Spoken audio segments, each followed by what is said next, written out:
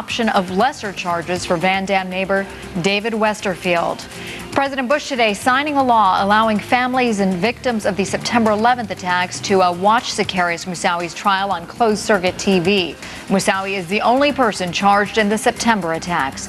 Latest news live at the top of the hour, and on Hardball, should obnoxious cell phone users be banished to their own areas like smokers? Now back to Donahue.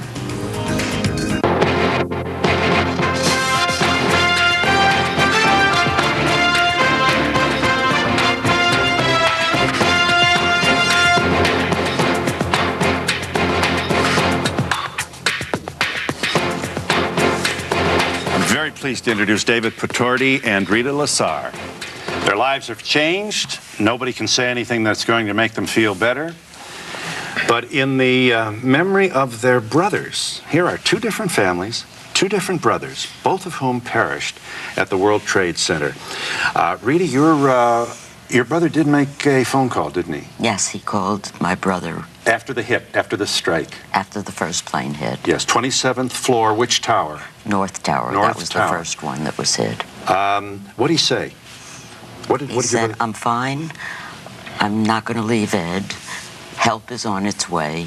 As soon as help comes, we'll both get out. Ed was in a wheelchair. A wheelchair. He was a quadriplegic. Here's a reference to your brother and to the person in the wheelchair from the President of the United States. I want you to see this. And we have seen our national character in eloquent acts of sacrifice.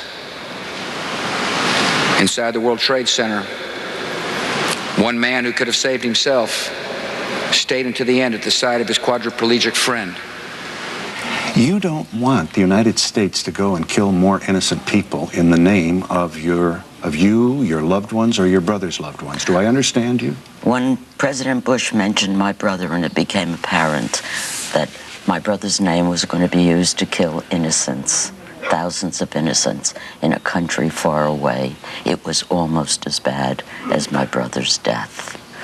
I knew what it felt like finally on my soil in my country. Mm-hmm. You were against the bombing? Yes. You're convinced we killed thousands of innocent people? Not meaning to. I don't believe we meant to do it, but I think that if we had entered into some sort of dialogue through the United Nations or an international court or something before we started throwing bombs, this is not the people in Afghanistan might have given up the Al-Qaeda and Osama bin Laden people.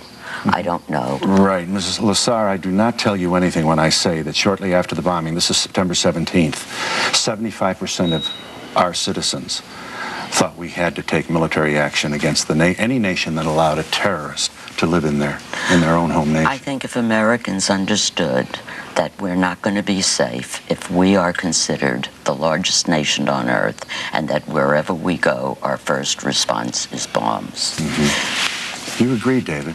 I do.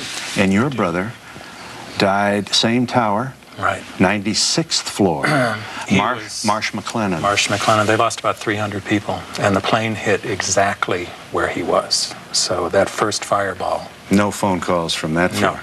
No. Mm-hmm. You share Rita's views. I do. Right after this happened, I became aware of Rita's views by going on the internet, and there was a group called Voices in the Wilderness, and they had collected all of these letters to the editor and newspaper articles. Rita had written one, Phyllis Rodriguez had written one, who also lost her son in the World Trade Center. Amber Amundsen, who lost her husband in the Pentagon, had written one. I had written an article opposing the bombing, and we were all saying the same thing, and it was amazing. We were saying that we want justice, but we don't want justice at the cost of other innocent lives. You know, we wanted to get the bad guys, definitely. We want to bring them to an international court of law and bring them to justice, but we didn't think killing people just like us and just like our families was the way to do it. That's why we opposed the bombing. And you went to Afghanistan, all, I'm sure, to honor your brother's memory, to be sure. It was amazing. I went there because I knew there were people who felt just the way I did, and I was finding no solace here. And I thought... Why? You mean bomb them here? Yeah. I thought meeting the families under the same circumstance, and I consider it the same circumstance, collateral damage in Lower Manhattan collateral damage in Afghanistan. Yeah. And all the counseling in the world would not have done what going to Afghanistan did for me. You went into the residence of a place, a family hit by a bomb? Many, many, many. Did you? You obviously had interpretation. We had an interpreter with us. Embrace and tears? What? Kiss, hug. I had been told that they're a different culture than ours, be very polite and standoffish. From the moment we got off the plane, there was nothing but understanding between the families we met and us. Yeah. They knew. I am compelled to ask you, as you dealt with this grief, which will never go away, you were surrounded by a media and a nation that was mad as hell and couldn't, I mean, not everybody, but there were very important people on TV just couldn't wait to bomb somebody. I'm not sure how you did, and you must have been marginalized, huh? I assume you did. Well, in a way, I feel like we had nothing left to lose. You know, like if we go out and speak against this war, how could we be hurt any more than we already are? And I realized that what we have to do is to stop putting people in a position where they have nothing left to lose, because we did something good with our grief, but there's other people who have nothing left to lose who are going to be terrorists because they don't care anymore. They lost their families. They don't care. They're going to go do something crazy. We didn't do something crazy. We did something productive. But the answer is to stop putting people in a position where they have nothing left to lose by bombing them, destroying their families, destroying their homes. Right. You have to empathize with our president, who has, I mean, what's a challenge to you? Now, he has been saying what the nation, the majority of the nation has wanted to hear. Wipe them out, stamp them out, victory, the last terrorist cell, we will not rest, we will win. That's not going to work. That is not going to work. This is no longer a national fight between one country and another. It is a global one side and a giant American the other side.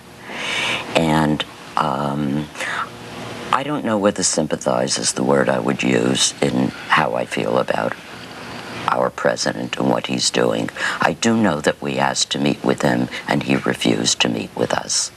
I do know that I was to go down to Ground Zero with Karzai, and I was told that it was not appropriate. My brother died there. That's his burial ground. I went to Afghanistan. Who more appropriate to go there? I think I am not as generous as you are, Phil. The president doesn't want to kill anybody innocent. He wants to stop this war. Of course, you give him that. And you do have a website, and you also have a website to call attention to those who wish to make contributions to the welfare of innocent victims in Afghanistan. Yes. That is a remarkably generous outreach that you're engaged in. If you had been in Afghanistan, or if you had lost someone on September 11th, that's the least we can do. I'm very grateful for your stepping forward. Your deceased brothers must be very proud of you. David, Potorti, and Rita Lasar. We'll be hearing more from you. I thank you very much for giving us your time. Thank you.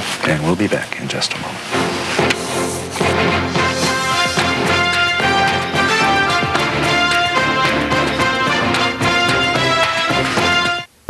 Beautiful, isn't it? Hi, I'm Richard Karn, asking you to join me in helping to protect